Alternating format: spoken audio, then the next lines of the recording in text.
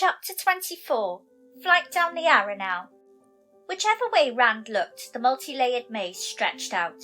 Bridges, ramps, spires and towers. He knew it was an illusion. It wasn't his first time here. Whatever way he went, he was met with shiny stone and air reeking of rot and decay. Emotion froze him into a crouch. He saw a man walking down a ramp heedless to its height, cloak rippling with the speed that he moved. Rand tried to judge the best route away from Ba'alzaman, wondering if Matt was here as well, or if there were other mazes. He found scant comfort in the fact Ba'alzaman hadn't found him once, though there had been a few close calls.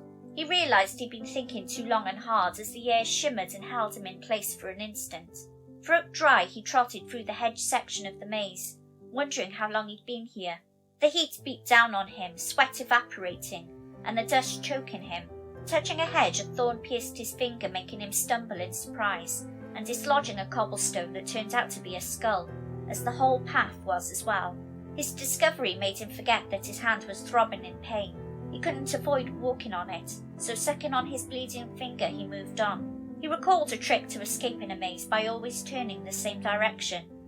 Turning right twice, he came face to face with Ba'alzaman, who looked just as surprised at seeing him. He asked Rand, "How long do you think you can evade me, boy?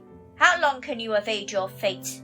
You are mine!" Rand staggered back, trying to draw his sword, which wasn't there, praying to the light to help him. Ba'alzaman taunted him. "The light will not help you, boy.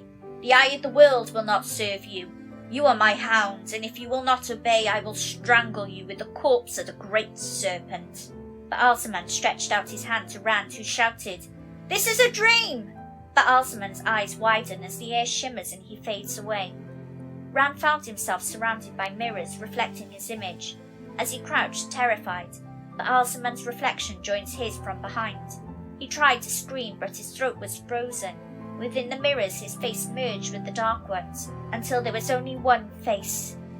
Rand jerked awake, barely breathing, and felt the planks of the deck beneath him. Letting out a long breath, he realised he was safe for another night. Putting his finger to his mouth, he could taste the blood and saw the pinprick from the thorn. The spray continued to sail down the Arinelle at a creep. The wind blew in the wrong direction for sails, so the crew had to man the oars by day and rely on the current at night. They did not moor up at night once. Domon would not risk another attack. He drove the crew hard, pointing out the risks whenever they flagged. This worked well for 2 days, but soon the crew began to mutter about stretching their legs on shore and the risk of night running. They always did so out of Domon's hearing, but he was still aware of it. He would hang the Trolloc weapons on the mast, and those injured would finger their bandages. The crew had no time for Gel, blaming him for sleeping on watch and the attack. He was always trying to tell his version of events and glared at Rand, Matt and Tom. He was relegated to solitary tasks, usually the dirtiest and worst jobs, as no one would work with him. When Rand worried he would cause trouble, Matt said they couldn't trust any of the crew, so it didn't matter, then sat alone in a corner. Matt had been doing that every day lately, and Rand was starting to worry about him too. Tom was more worried about the crew mutinying against Domon for pushing them too hard, and they wouldn't leave witnesses to their crime. He did what he could to lift their spirits, talking, joking, singing and telling his tales. To appear what they claimed, Tom started training his apprentices, which also entertained the crew. Neither were allowed to touch his harp, but he taught them the flute, stories, juggling and simple acrobatics. Matt complained about Tom's demands, who retorted, "I don't know how to play at teaching, boy. I either teach a thing or I don't. Now, even a country bumpkin can do a simple handstand. Up you go." Tom even allowed the crew to join in during their off-duty. Rand spent most of his time watching the riverbanks, hoping one of his friends would appear.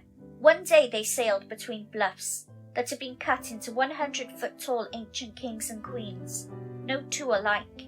Another day Rand saw a glint of metal in the distance and wondered what it was aloud. Domon told him it was a 200-foot tower of shining steel, never rusting and with no doorway. Traders use it as a marker, and they're now 10 days from Whitebridge. Matt wondered if there was any treasure within. Domon told them of other wonders he'd seen. A stone hand 50 foot high holding a giant crystal sphere sticking out of the ground on the seafolk island of Tremelkin. No one knows what's beneath it, as the locals won't let anyone dig. They're more concerned with sailing and finding their chosen one, the Coromor. In Tanchico, a port city on the Arif Ocean, There's the Panarch's Palace. Some parts built in the Age of Legend, with friezes showing animals never seen by any living man, and bones of giant creatures held together by wires. The break-in left 1,000 wonders behind and half a dozen empires rivaling Arthur Hawkwind's. They left artifacts like light sticks, an island covered by a crystal lattice that hums when the moon is high, a mountain hollowed into a bowl, and in its centre rises a silver spike, 100 spans high, and anyone who steps within a mile of it dies. Rusted ruins, ancient books, and small relics, some of which Domon has collected. Rand recalled digging up giant bones while exploring the sandhills back home. The creature would have been as big as the spray.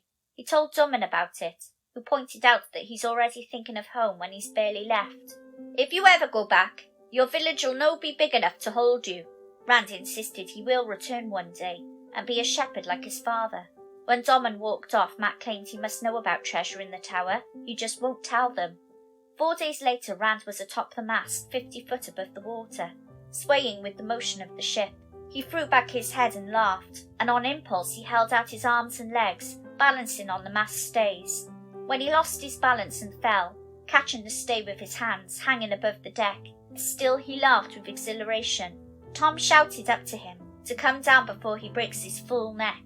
Rand called for Tom to join him, and the gleeman told him everyone thinks he's gone mad. Looking down, he's shocked that the crew were all watching. He agreed to come down, making a show of sliding and leaping. When he landed, he held out his arms like he'd just done a tumbling trick, and the crew clapped. Only Mat hadn't watched. He was sat in the corner again, and Rand saw him holding a curved dagger with a ruby in its golden hilt. When Mat saw Rand watching, he shoved the dagger back into his coat, and Rand asked him if he took it from Shadar Logoth. Mat claimed, "It's yours and Perrin's fault for dragging me away from the treasure. I was holding it at the time. Mordeth didn't give it to me, so Moiraine's warnings about gifts don't count. You won't tell anybody, Rand. They might try to steal it." Rand promised, and Mat told him not even to tell Tom. They're the only Emond's Fielders left. They can't trust anyone else. Rand assured him that the others are alive and suggests selling the dagger to finance their travel to Tar Valon, but Mat is non-committal to the idea. Rand asked if he'd had any nightmares, and Mat reluctantly tells him yes, but doesn't want to talk about it. Tom joined them, saying he convinced Domon that Rand isn't mad. It was part of his training. It was a full stunt though, and he's lucky he didn't break his neck. Rand looked up at the mast and his mouth dropped open. He couldn't believe the risk he took, as Tom talks of turning him into a tightrope walker to perform in Ebu Dar, Tyr or Ilion. Absently, Rand reminded him that they're going to Tar Valon, but Tom said that he's talking about after. A gleeman's life is freedom. Rand looked up again and shivered. What was happening to him? Was he going mad? Thanks for listening. Please like, share and subscribe and help get a new channel off the ground. Thank you.